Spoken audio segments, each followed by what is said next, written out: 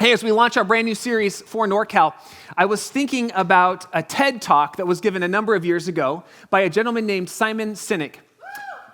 Okay, excellent. Yes, I also am a fan. Simon Sinek had this great TED Talk, and here's what he said. Every organization, every company, and we could say, even shrinking it down to the smallest community, every family unit, every friendship, has a what in mind for their organization. So every organization, when they start out with what? We're going to make this. We're going to produce that. We're going to do this thing. But he said that the organizations that rise above the rest, that make a lasting impact, that move from generation to generation, they don't start with what? They start with why. They ask the question, why are we going to exist? Why are we going to move into the market? And he said the organizations, the companies that ask the why always go further, faster, and they last and impact deeper and longer. Here's why. Because research has shown that we do what we do because of an underlying why that we do it. So everything that we do is flavored by our why. I took that talk that I heard years ago, and I decided to apply that to my family.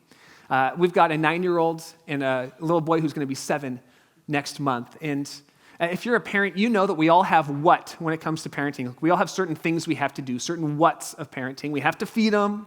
We have to clothe them. We have to give them somewhere to sleep. When it was our daughter, we got her this really nice bassinet, and it rocked. It was lovely. When our second was born, our son, we put him in a laundry basket. Because it was easy. It was portable. You could carry it. We could walk down the stairs, and our little chihuahua couldn't jump into it. And he always smelled like fabric softener. It was lovely. So we've all got certain things that we have to do when it comes to parenting. But I zoomed out, and I started to ask this question, this why question about parenting. Like, why am I going to parent? Beyond the fact that I want to spend a lot more money and have, my child poop on me and vomit on me, why am I parenting? And here's what I came up with, and I don't know if this is helpful for you. It was so helpful for me. My why was, I want to raise kids who love God, who love each other and their parents, and who want to come home when they don't have to. That's my why. And my why flavors everything. If you notice, my why is not, I want to raise star athletes. And so when I have opportunities, or they have opportunities for athletics, and man, I make decisions based on, what do I want? I want my kids to love God, to love each other and their parents, and to come home even when they don't have to. That's the why. And my why shapes my what. It shapes what I say yes to, and it shapes what I say no to. So Simon Sinek said that the most important thing we must do in any level of organization, and you could even call your family or your marriage a key organization, is start with why. And I firmly believe that. But I would say that while that's the best starting point, it's not the hardest thing to do in an organization. The hardest thing to do in any organization is not start with why, but stay with why over the long haul. Now, our church just celebrated its 20th birthday. We are 20 years old. It's very exciting. We've moved out of the teens into our 20s, which is so fun. But don't you know, even if when you have kids, you have a lofty why, isn't it true that 5 years later or 8 years later, you're thinking, no, forget the whole love mom and dad thing, come back when they, don't have to. No, I want them to get out and not come back for at least 5 years.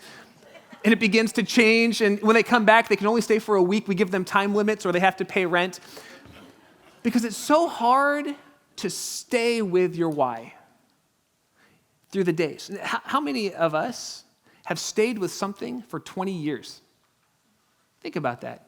How many of you have stayed with a diet plan for 20 years? We didn't even make it 20 days. Come on. 2018, we had these lofty goals. By the end of January, we were done. How many of you have stayed with an exercise routine for 20 years? How about a friendship for 20 years? How about a marriage? If you've been married for 20 years, you know how hard it is to stay with why. One of my key roles as the point leader for our church gathering, our community, is to keep us focused on our vision, on our why. Because the truth is, vision leaks. And when vision leaks, the why runs dry. And when the why runs dry, organizations, we die. I know, I'm not Dr. Seuss, and yet that was so good. I gave you a blank note sheet. These would be the things you would be writing down. When why runs dry, organizations die. And so I heard this great leader say that one of the key roles of someone, a point leader of an organization, is to do this, is that leaders are repeaters.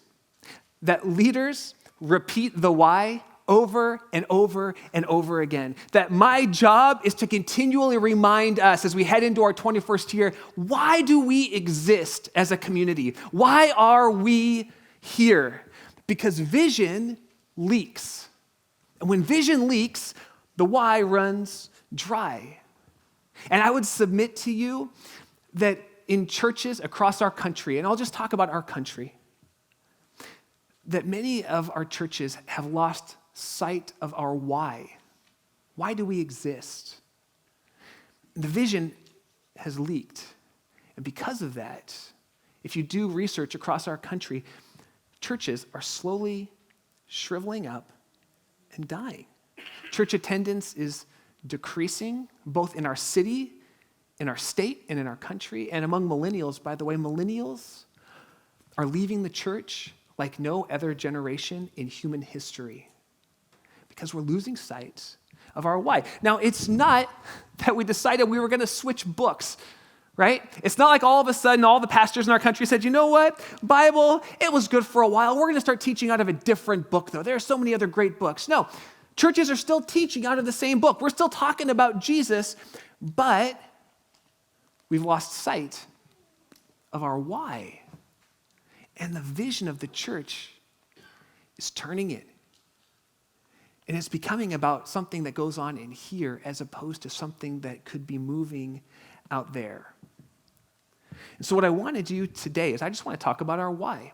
And again, great leaders are repeaters. I remember hearing about Truett Cathy, who was the founder and CEO of Chick-fil-A before he passed away. How many of you like Chick-fil-A? Anybody Chick-fil-A fans? Oh my gosh, I just became a fan of Chick-fil-A, Jesus chicken. Like, this is so good. Like, God sent Chick-fil-A to heaven like manna. It is so good. I love Chick-fil-A. Now, if you love Chick-fil-A, you know something about Chick-fil-A. When you go up and get your chicken and you say thank you because you have excellent manners, what does the employee say back to you? It is my pleasure. Do you know the origin of that? Truett Cathy, the founder of Chick-fil-A, decided that he wanted his organization to be marked by the joy of serving other people. So he sent out a memo to everybody, to all of the store owners, saying, whenever someone says thank you, you need to say my pleasure. And then he went to spot check what he was doing. So he'd go to his stores as a kind of a secret shopper. He'd go in, he'd get his delicious spicy chicken sandwich, and he would say thank you. You can imagine his displeasure when time after time after time, the employee responded with, you're welcome. Now, he could have gotten angry. He could have stormed out.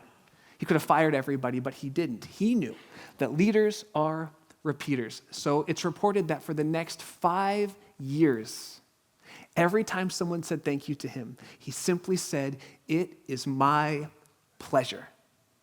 So now when you walk into a Chick-fil-A and you have the person respond to you, it is my pleasure to serve you. You know where that came from because vision leaks and leaders have to be repeaters. So what I want to do in this series, as we head into our 21st year as a gathering, I want to remind us why we are here.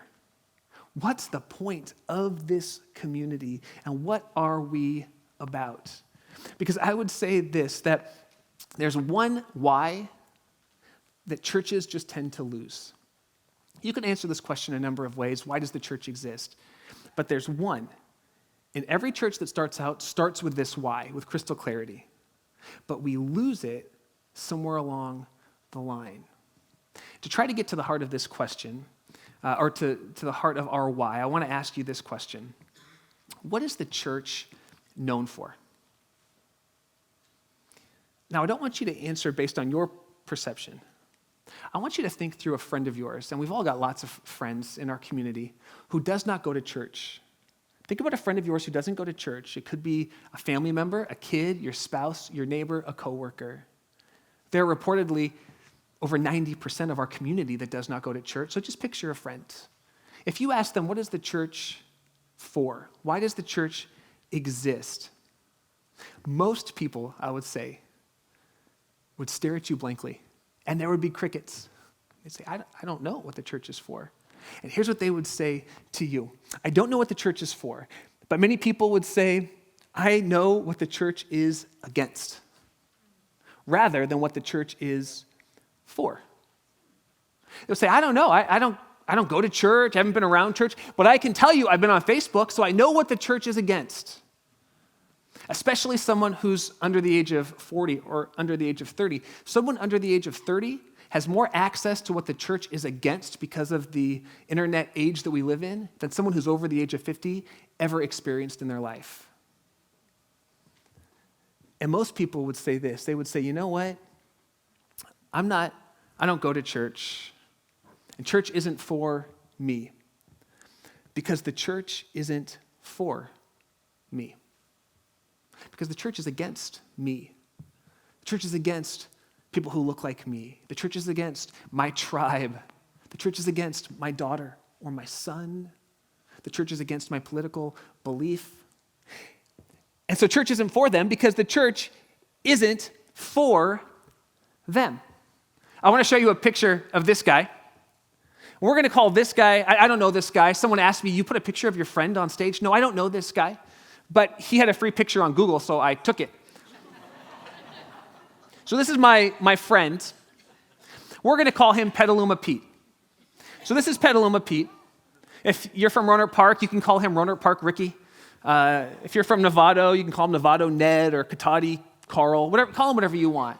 Petaluma Pete's married to Petaluma Peggy or Roanoke Park Rhonda or Katati Carla or Novato Nellie. This is Pete.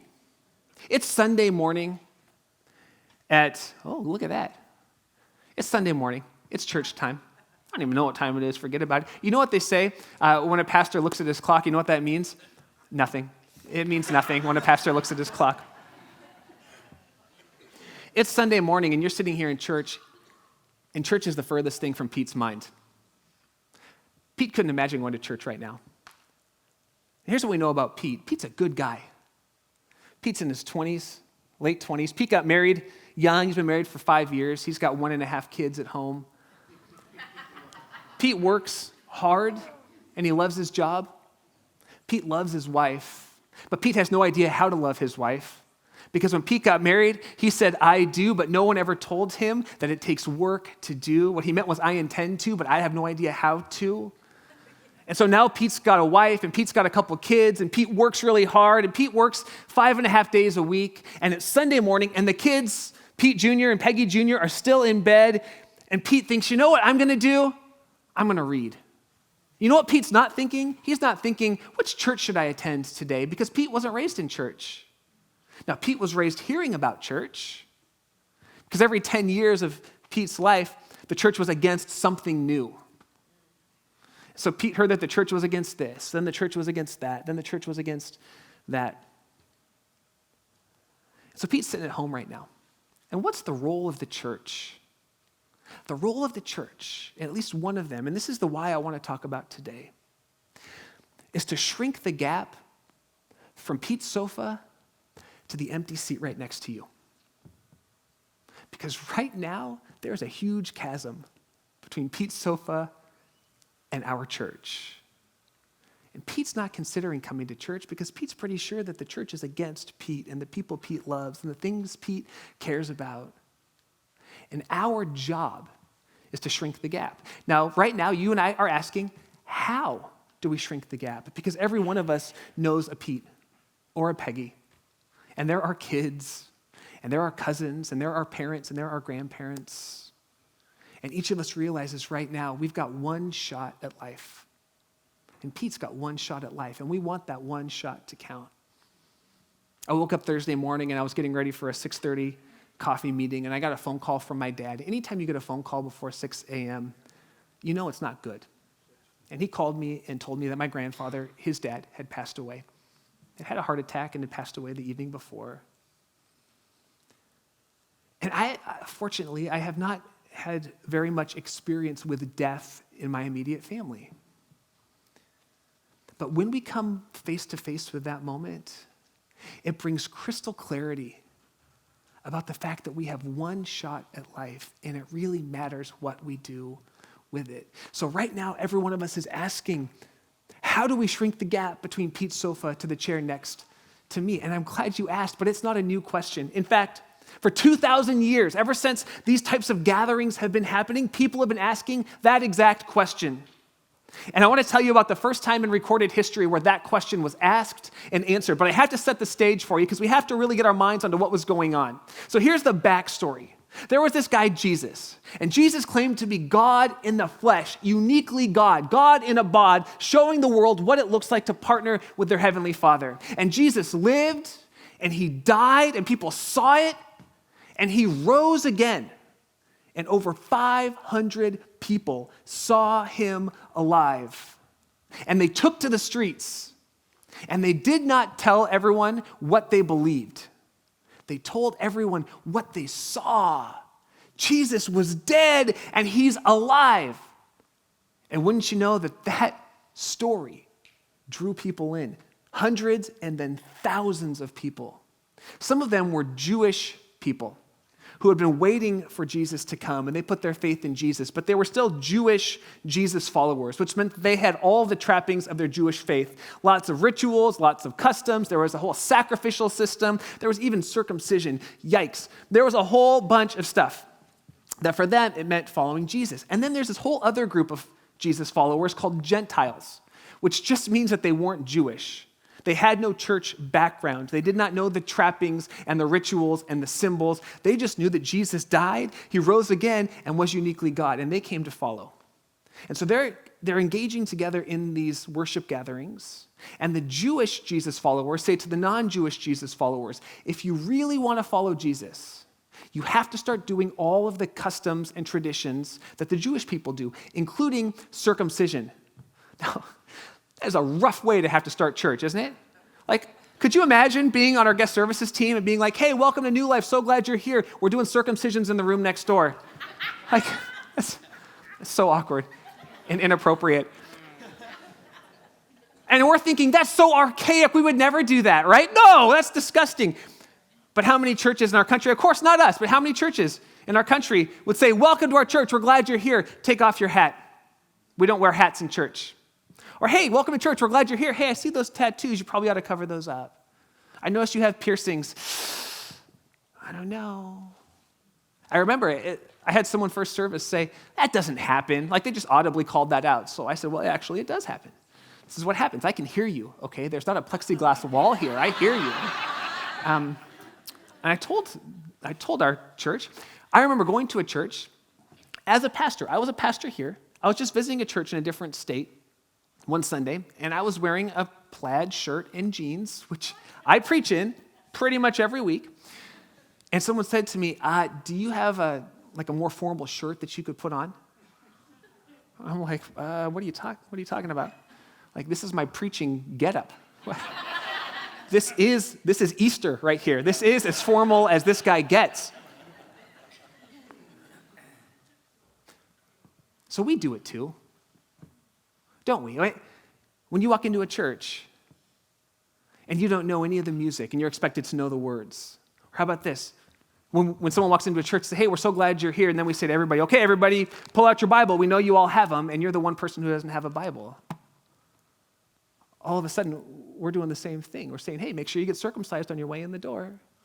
Make sure you got it all figured out. Make sure you have our traditions or our customs. When we expect you to know when to stand up and when to sit down, we are saying to you, you have to become one of us before you can meet Jesus. And this is this thing that's happening.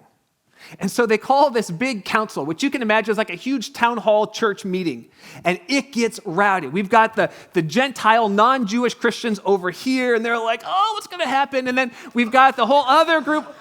I'm just reading it. I'm not writing it. We've got the whole other group of Jewish Christians over here, and they're like, yeah, get to it. And they call this guy James to come up. And James is the half-brother of Jesus, and he's kind of the leader of the church in Jerusalem. And they say, James, you need to make this decision. Here's the thing about James. James is incredible. Like, James, in my opinion, is the number one reason to believe that Jesus really was the Son of God. Because James grew up with Jesus. Could you imagine growing up with Jesus as your half-brother?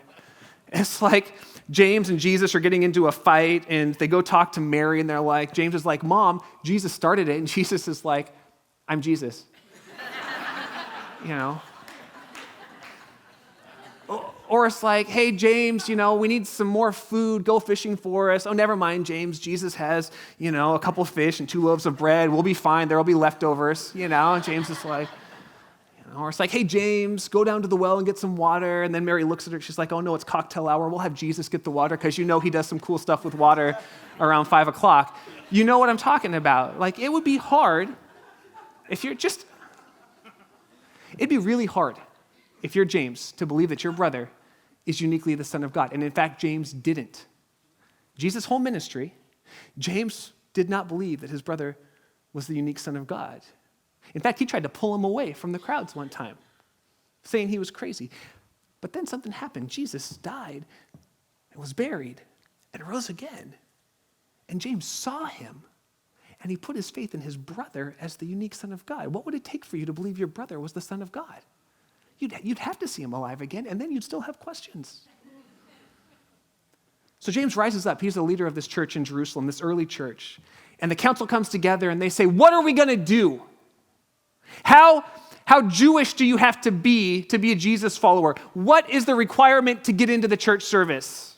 How far do you have to go to get from the sofa to the seat? And this is what James says in response to them. I love it. He says, it is my judgment that we, and this is the church, should not make it difficult for the Gentiles, anyone who's not Jewish, who are turning to God. It is my judgment that we should not make it difficult for anyone who is trying to turn to God. Back to Pete for a minute. What does it look like to be a gathering that does not make it difficult for Pete to move from the sofa to one of these seats? How do we shrink the gap? Part of what we need to do is we need to let Pete know that we are for him, that we are for NorCal. The church should be the most pro-community organization in a city, because we believe that God loves our cities so deeply that he gave his one and only Son so that anyone who believes in him would never have to taste eternal death, but could have eternal life. We should be for our community because Jesus would go on to say that God didn't send his Son into the world to condemn the world, to make it difficult, but to save the world through him. So we're entering our 21st year, and I want us to do a 20th birthday celebration year this year. And it's going to be a celebration of being a church that makes it easy for people who are turning to God. Over the course of this year, you're going to see us lay out things, create environments that would make it easy for Petaluma Pete and Petaluma Peggy to want to come into our church and get connected. There are going to be emotional spaces we make. There are going to be physical spaces we create. Part of being for NorCal means that we're going to show Pete and Peggy that we love their kids, Pete Jr. and Peggy Jr., by taking major steps forward to create environments where their kids are begging them to come to church. Like, I want to be able to say to parents, don't bring your kids to church until you're ready to commit, because your kids are going to have such an amazing time. They're going to beg you to come back. And they're going to be crying on the way out. We don't want to leave. And you're not going to be able to handle it. And then we're going to offer a parenting class to teach you how to parent your child when they're crying on the way out and causing a scene. This is what I dream about for our church. We're going to create easy pathways for Pete Jr. and Peggy Jr. because we are for our community. How do we do it? Well, I'm just going to ask you to keep on being you. But I'm going to ask you to do 3 things over this next year with Pete and Peggy in mind, because I am firmly convinced that the more Petes and Peggies, Neds and Nellies, Carls, and whoever Carl married, the more of them that meet you, the more they'll want to meet Jesus. I'm telling you, I would take this church, our messes and all, I would take us over any community, because when people meet you, inevitably they want to meet Jesus. So we're going to create space by doing 3 things. The first is this. I'm going to ask us for the next year to continue to create common ground. And I'm going to ask us for the next year to create conversations. And I'm going to ask us for the next year to create connections. Let me take each of these from the top. Create common ground. One of the things that Pete needs to know is that he's not so different than you, because right now, as awesome as you are, Petaluma Pete is pretty sure that he has nothing in common with you. Did you know that? I remember being at my daughter's friend's birthday party, and I was talking to this dad, and we were hitting it off. He was like this big, buff construction worker guy. Clearly, he felt like we had a lot in common. And so we're hitting it off. I'm asking him all about him, and he's just sharing his story with me on what he does. 20 minutes. We love it. And then he gets to this question that I hate. He said, "What do you do for a living?" I'm telling you, every time someone asks that question, part of me wants to say, "I work at Starbucks." Chick-fil-A. So I said to him, "Oh, I'm a pastor." And I'm not exaggerating. He physically took a step back from me and looked me up and down. Like, what? And there was this awkward silence. And then I said to him, "I know. And I seemed so normal." Because I'm telling you, Petaluma Pete, Roanoke Park Ricky, they think that they don't have anything in common with you, and they could not be more wrong. Petaluma Pete loves his kids. You love kids. You are for kids. You know that every week we have about 100 kids who we are loving and serving and caring for in our kids' ministries. And you know that we're taking steps to create even better environments for kids. Why? Because we care about Petaluma Pete's kids as much as he cares about his kids. Petaluma Pete loves our community. And when the fires broke out, Pete's heart broke. He immediately started grabbing stuff to donate and giving money and trying to find a place to serve. What he doesn't know is that when the fires broke out, you love our community and you flocked here to give your money, to give clothing and food, and to serve. We need to create common ground. Petaluma Pete thinks that the church doesn't care about the things he cares about around the world. He doesn't realize that you do care about this world and the global climate.